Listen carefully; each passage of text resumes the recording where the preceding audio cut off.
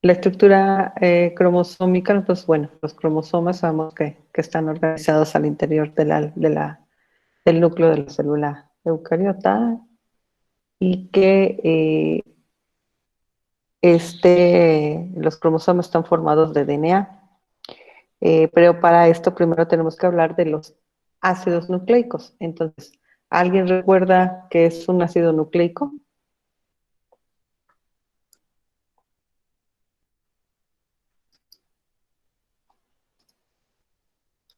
¿Alguien recuerda lo que es un ácido nucleico?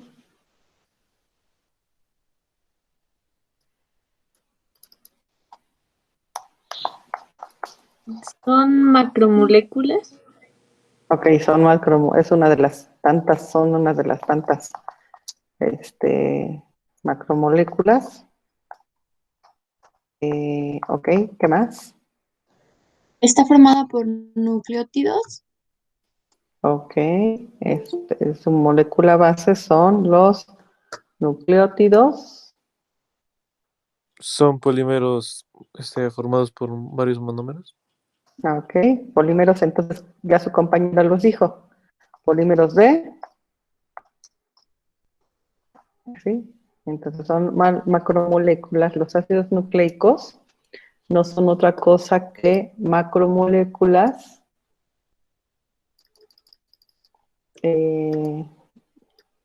son polímeros de nucleótidos,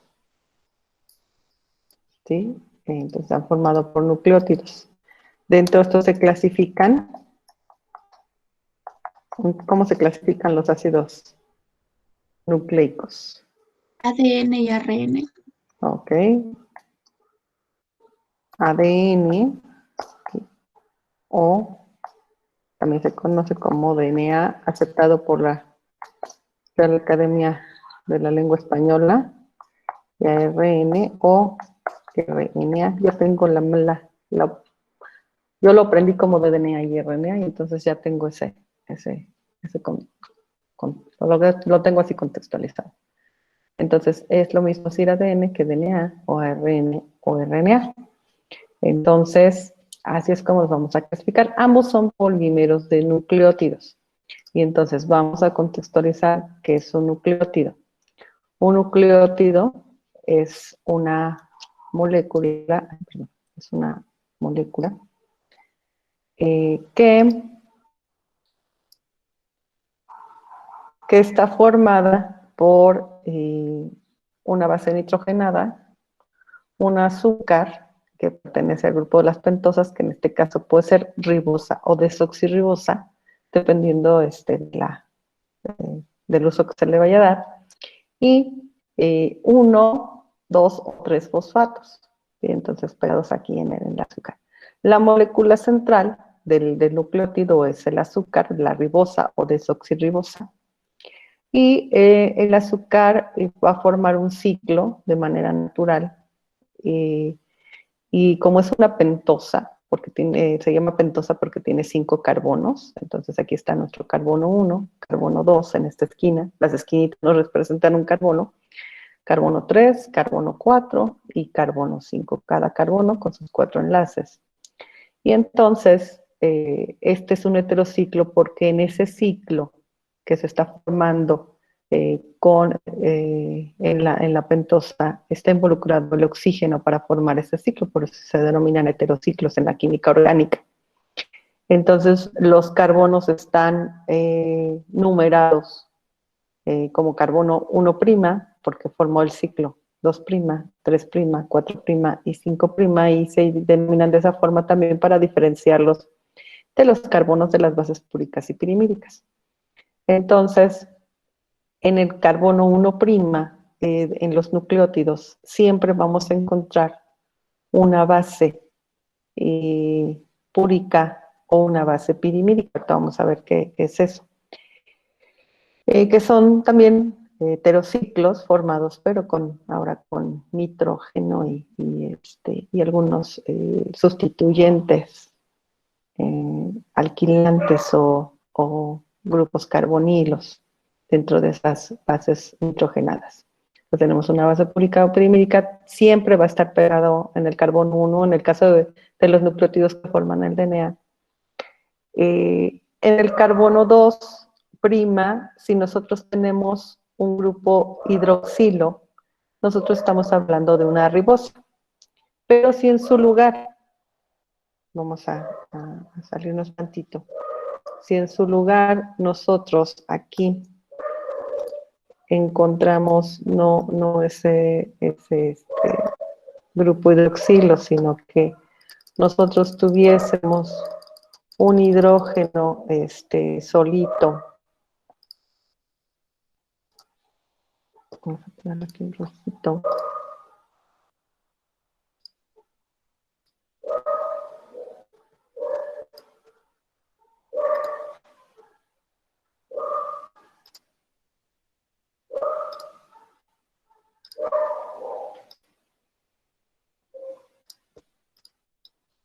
Entonces, si en lugar de que nosotros tuviésemos ese grupo hidroxilo, nosotros tuviéramos nada más un hidrógeno, ¿sí?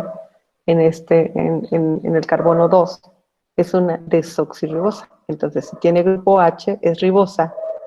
Si tiene el hidrógeno, es una desoxirribosa. Entonces, dependiendo de si es uno u otro, pues para lo que se va a sintetizar, ya sea DNA o RNA, es el nucleótido que se utiliza para sintetizar DNA o RNA.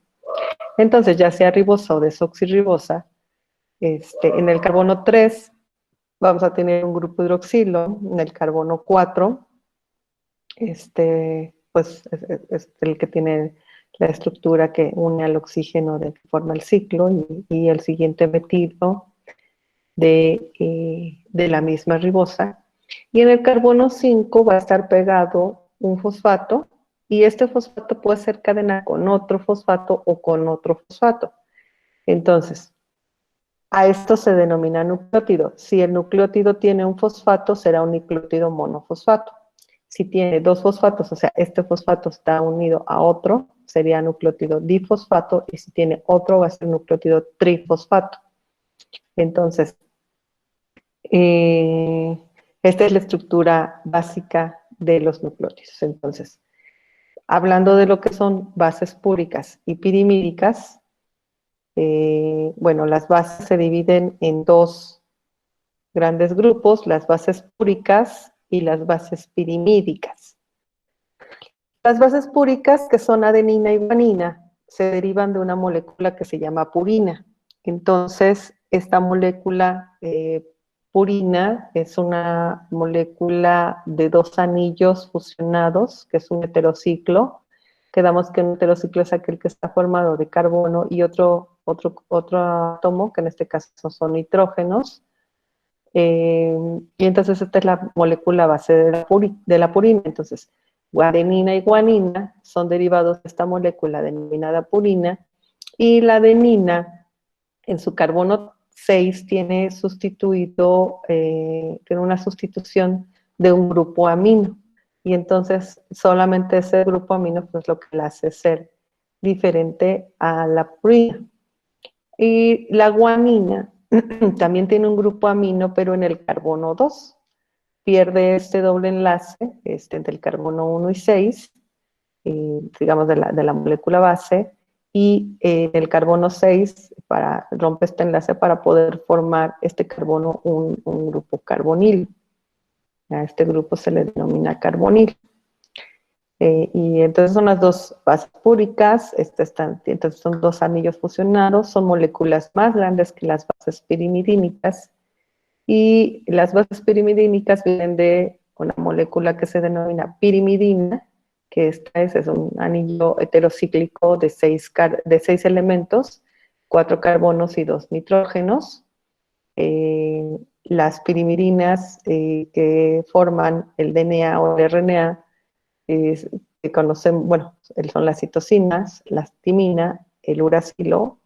Hay otras bases púricas y pirimídicas que se les denominan derivados, pero pues esas en muchas ocasiones a veces nos podrían generar algunas mutaciones. Y bueno, también tienen otros usos, tienen usos farmacológicos, pero para lo que es la constitución del DNA y el RNA, pues son las 5 bases nitrogenadas que existen.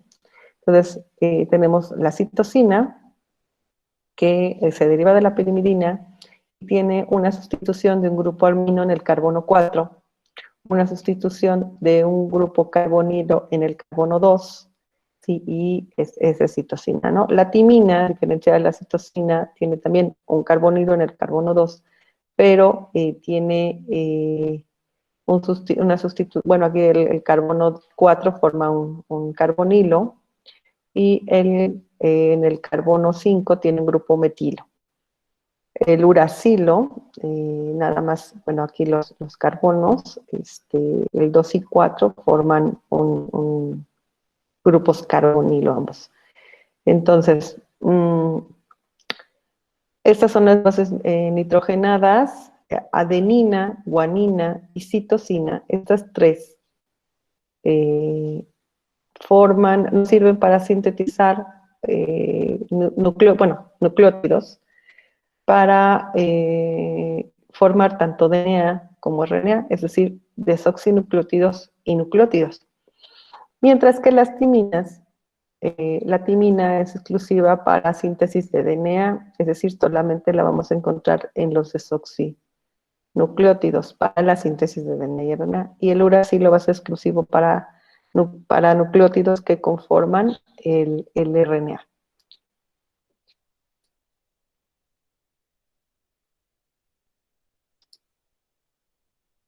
Entonces, tanto el DNA como el RNA son polímeros de nucleótidos. Entonces, aquí lo que pasa es que un nucleótido se une a otro nucleótido a través del carbono 3'. Y digamos que se quita un hidrógeno y se pega el fosfato del siguiente nucleótido. Entonces, nosotros aquí podemos observar cómo vamos a poner aquí una figurita.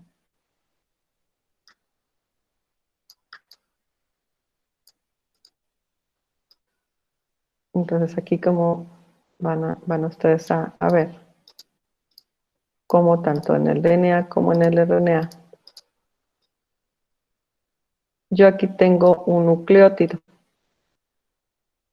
Sí, este es un nucleótido. Entonces, ¿cómo se va formando un nucleótido? El siguiente nucleótido se pega aquí. Entonces, como dijimos que estaba formado el nucleótido por una base nitrogenada, que aquí la adenina pues ya se sustituye por por una letra para facilidad.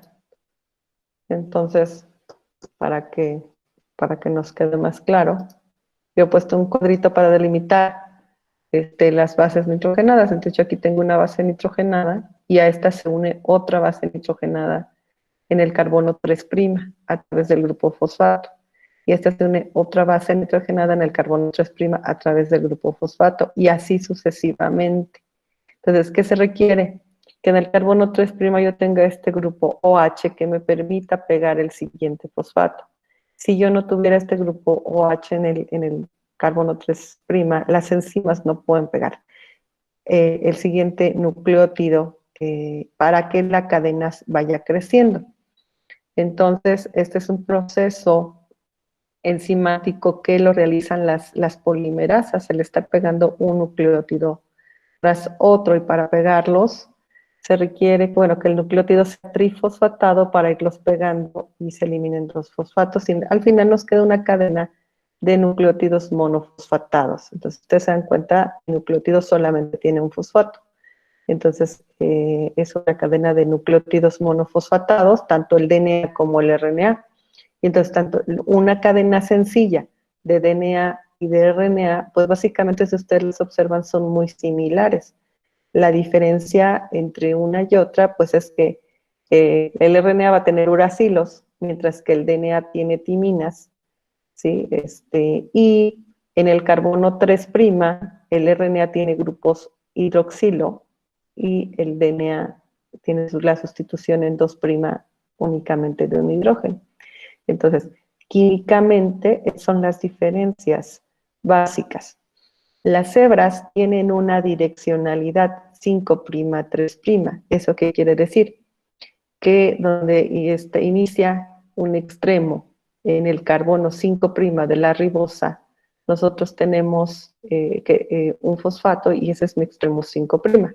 Y que cuando finaliza mi cadena, aquí yo tengo un grupo H libre en la ribosa. Entonces, este es mi extremo 3'. El 3' termina y ya no hay nada aquí pegado. Entonces, toda cadena, tanto de DNA como de RNA, tienen una dirección 5', 3'. Entonces, para leer la información genética, nos basamos en esa dirección. Se ubican esa direccionalidad que nos la da la ribosa. Y si yo quisiera leer la secuencia de los nucleótidos, únicamente hago referencia a las bases nitrogenadas y entonces sé que esta hebra de RNA empieza con uracilo, guanina, citosina, adenina. Y la de DNA empieza con adenina, timina, guanina, citosina y adenina. Entonces, es así como están conformadas las cadenas de DNA y de RNA. En el caso de RNA, las cadenas son de monocadena, son monocatenarias, solamente es una cadena.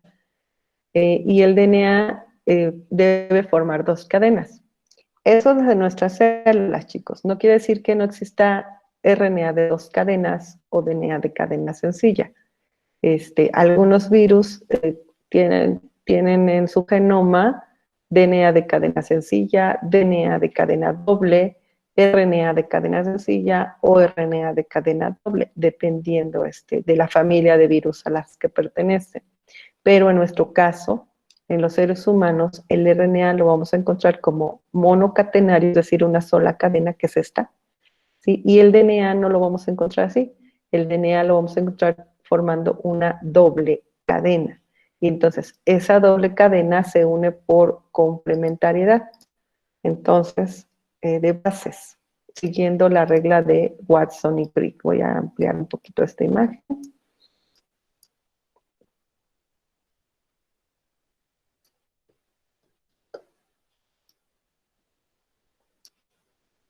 Vamos a ver cuál es la regla de Watson y Crick. Entonces, las cadenas, entonces aquí empezamos con el fosfato, la ribosa, el fosfato, y así va mi cadena, ¿ok? Con la dirección 5', 3'.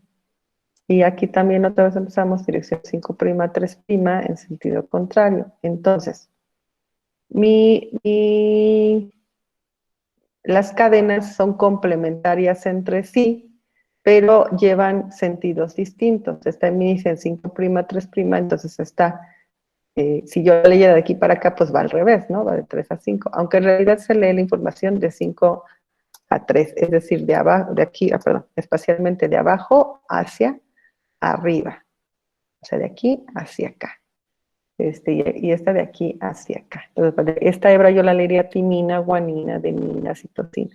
Y esta hebra yo la leería citosina, adenina, timina, citosina. Entonces, las cadenas de DNA se complementan siguiendo regla de Watson y Crick. Por cada base púrica hay una base pirimídica y la regla es una citosina se une a una guanina y una adenina se une a una timina. Entonces, si ustedes se fijan a nuestras hebras, sigue esa regla de Watson y Crick. Las bases nitrogenadas se unen por puentes de hidrógeno, entre ellas para formar la doble cadena, mientras que los nucleótidos entre sí se unen por enlaces que se denominan fosfodiéster. Ahorita vemos esa parte de los enlaces fosfodiéster. Entonces, repito, los nucleótidos para formar la doble cadena se unen por enlaces por puente de hidrógeno y las bases nitrogenadas se unen entre sí para formar una cadena sencilla por enlaces fosfodiéster. Estos enlaces son muy débiles, estos enlaces son muy fuertes porque son de tipo enlaces de tipo covalente. Entonces, bueno, vamos a ver cómo es que se unen las bases nitrogenadas.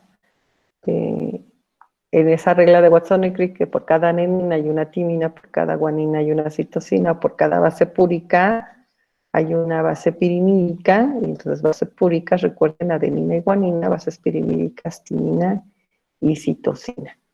Entonces, vean, aquí mi regla es que en el enlace por puente de hidrógeno es que el hidrógeno que se va a unir a un oxígeno, a través de un enlace débil por atracciones de densidades de carga, este hidrógeno debe estar unido forzosamente a una molécula, a un átomo que es de la misma naturaleza del oxígeno, es altamente electronegativo.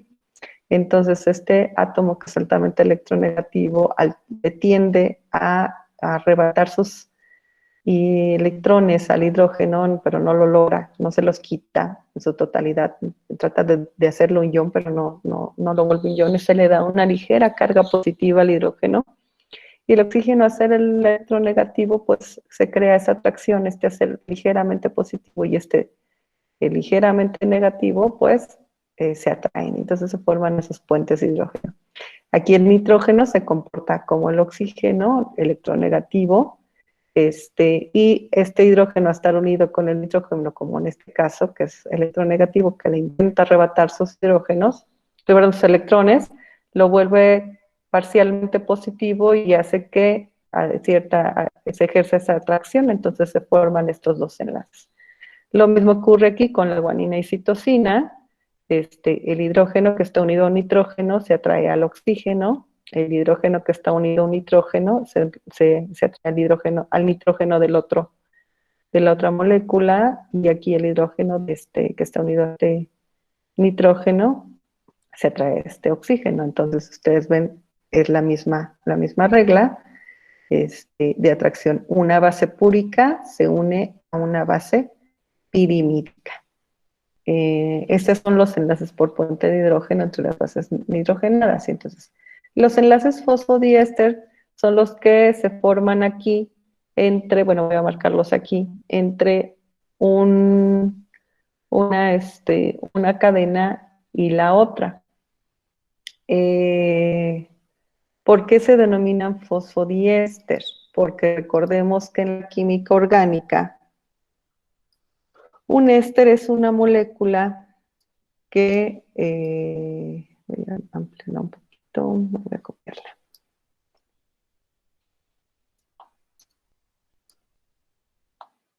Un éster, voy a hacerles un pequeño dibujito de lo que sería un éster.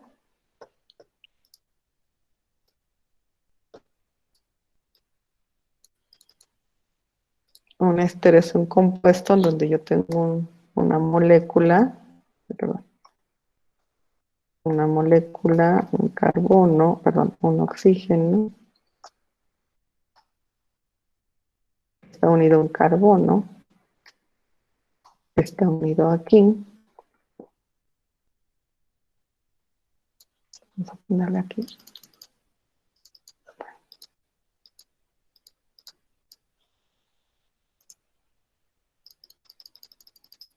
Entonces, esto es un éster. Obviamente ahorita me falta una cosa.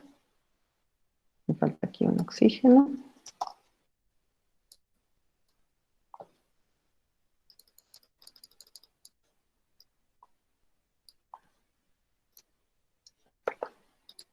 Y por último, me falta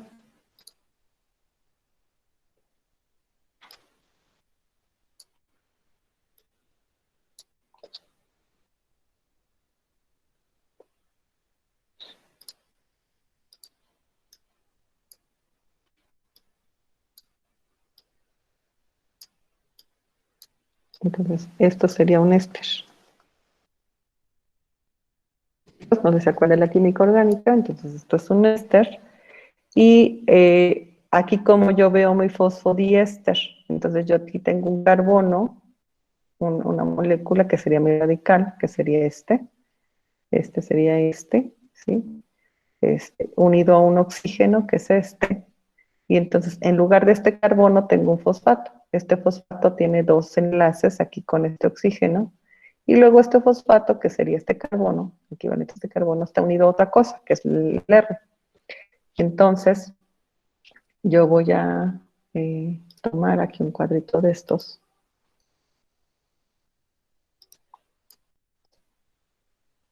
Entonces, vamos a ver que aquí mi molécula éster, yo la tengo aquí.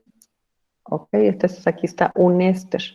Entonces, ¿por qué es diéster? Lo voy a poner con otro color este recuadrito para que me quede más claro.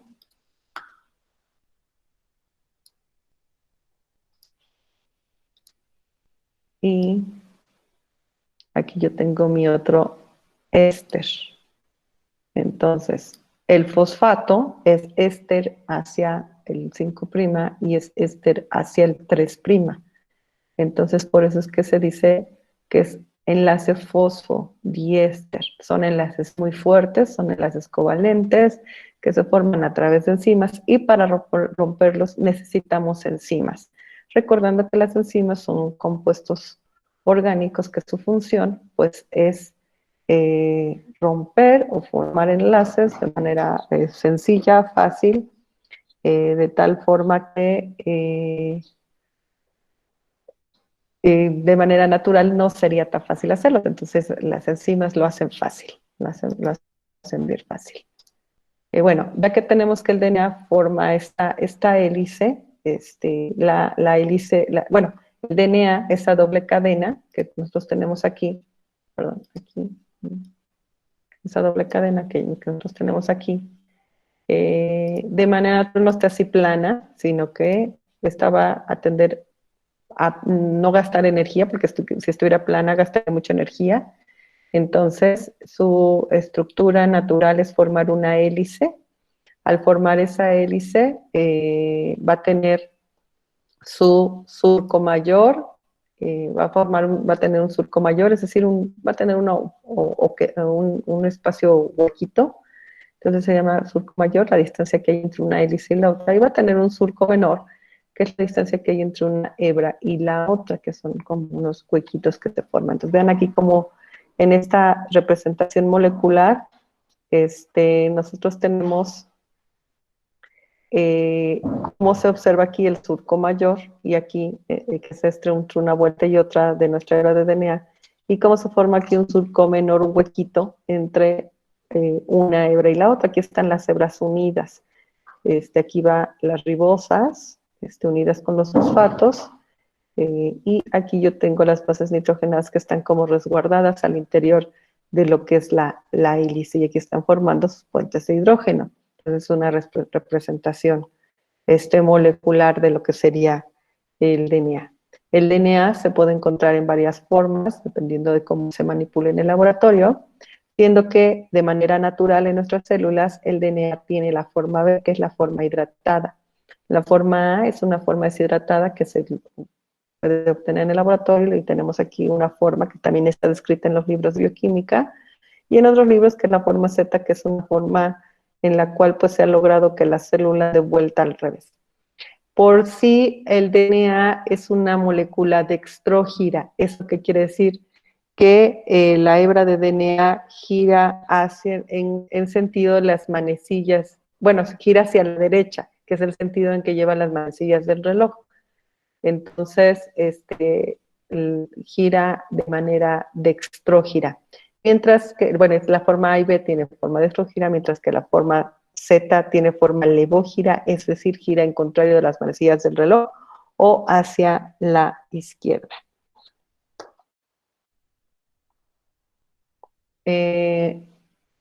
Así pues, el DNA que forma una doble cadena, que sería esta, la representación de esta, cuando la cromatina, o sea, cuando la célula ya pasó por todo el ciclo celular y ya se duplicó el DNA, nosotros tenemos dos hebras de DNA, ¿sí?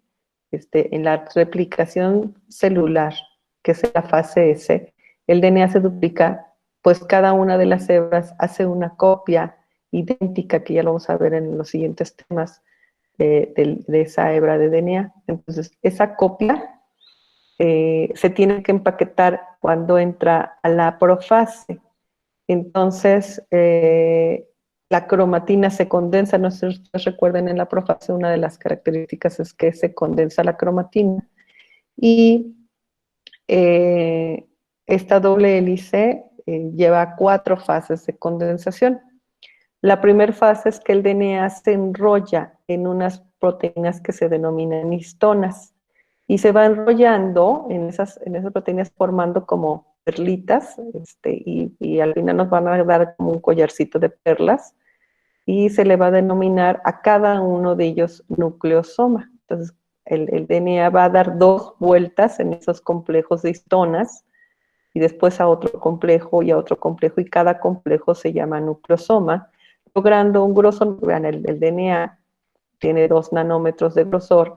Cuando se enrollan los nucleosomas ahora tiene un grosor de 10 nanómetros, entonces ya se ha logrado que sea más grueso, que sea más gruesa la hebra, bueno, la estructura de la cromatina, y esto nos permite que conforme va avanzando la profase, el DNA es visible cada vez más.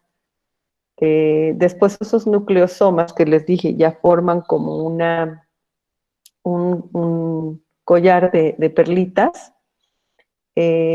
a su vez se van a enredar formando la fibra de la cromatina. Entonces, a su vez se van a enrollar aquí.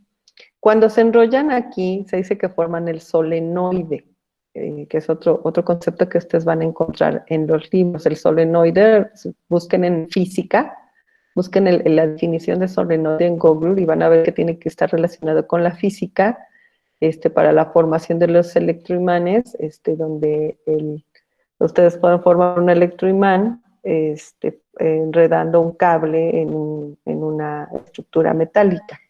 Principalmente pues el cable debe ser de cobre. Y entonces, bueno, estos se enrollan a su vez y forman una fibra más gruesa que se llama fibra de la cromatina, que mide alrededor de 30 nanómetros. Después esa fibra de cromatina se acomoda formando asas, ¿sí? Que sería esta siguiente estructura. Se acomoda la fibra central y forman las asas de la fibra de la cromatina. Entonces tienen estas asas de la fibra de la cromatina. Entonces vamos primera, segunda y tercera estructura. Y esas asas de la fibra de la cromatina a su vez se van a súper empaquetar y van a formar el cromosoma metafásico. Vamos a checarlo a detalle. Entonces, las histonas que forman el nucleosoma son 4, están en pares. Histona H2A, van a ser 2 de esas, H2B, 2 de las proteínas H2B, 2 proteínas H3 y 2 proteínas H4. Esas se van a unir formando un octámero, que es un complejo octámero de histonas, que tiene un perímetro alrededor de 34 nanómetros, y ahí es donde se va a enredar el DNA formando, dándole 2 vueltas a esas proteínas. Este es el DNA, estas rayitas me representan el DNA. Entonces le van a dar casi alrededor de 2 vueltas, que ubica más o menos 200 pares de bases. Cada base es una adenina, una timina, etc. Entonces van a estarlo enrollando así y para formar los nucleosomas. Aquí tenemos nuestra fibra de la cromatina, nuestras asas de la fibra de la cromatina, y finalmente esas asas se van a súper empaquetar para formar nuestro cromosoma metafásico. Entonces son 4 niveles de condensación: nucleosoma, fibra de la cromatina, asas de la fibra de cromatina y finalmente cromosoma metafásico. En nuestra fibra de la cromatina, las histonas, los complejos de los nucleosomas, vamos a tener aquí una proteína histona que es la H1. Esa proteína H1 no forma parte de los nucleosomas, pero nos van a permitir mantenerlos unidos y darles son proteínas conectoras, pues, nos van a permitir que esto no se desenrede y que esté unido, para que logremos un buen empaquetamiento y que nuestro cromosoma metafásico quede totalmente condensado. El cromosoma metafásico, ya les había dicho en otra sesión, está formado por dos cromátides, que se les denominan cromátides hermanas, un telómero, bueno, sus telómeros, que son las estructuras centrales, uno de los centrómeros, que son la estructura central, que es una zona de baja replicación, y por eso se mantiene unida, al cual se unen las proteínas de cinotocoro, al cual este se ancla al, se va a anclar a las proteínas del uso acromático, y a estas secciones de la cromátide se les denominan brazos. Sí, a estas no se les denominan patitas, porque las patitas del cromosoma, no chicos, no son patitas, son brazos de las cromátides. Los cromosomas los vamos a clasificar de acuerdo a su forma en metacéntricos, submetacéntricos y acrocéntricos. Entonces quedamos que estos les vamos a denominar brazos, brazo P y brazo Q, dependiendo de cómo estén colocados, brazos P los que vamos a poner hacia el lado superior, brazos Q hacia la parte de abajo. Brazos P se denominan así debido a que los cromosomas submetacéntricos es evidente que tenemos brazos cortos, entonces P viene del francés petit, que significa pequeño, y después viene la letra Q en el abecedario, de ahí viene brazo largo, es brazo Q. Entonces, distinguimos brazos cortos y brazos largos en un cromosoma submetacéntrico. El cromosoma metacéntrico es aquel que tiene los brazos equidistantes, son del mismo tamaño. El submetacéntrico tiene brazos cortos y largos, y el cromosoma acrocéntrico tiene sus brazos largos, los brazos Q, y los brazos P no son brazos como tales, sino que tiene regiones que aparentemente que se observan como si estuviesen rotitos, como si estuvieran flotando, y se denominan satélites. No están rotos, solamente es como un efecto visual, están unidos, pero hay una zona aquí estrecha en esos cromosomas acrocéntricos, y pareciera que está flotando una región del DNA, y a este brazo se le P, es que es un brazo P, pero se le denomina satélite. Entonces,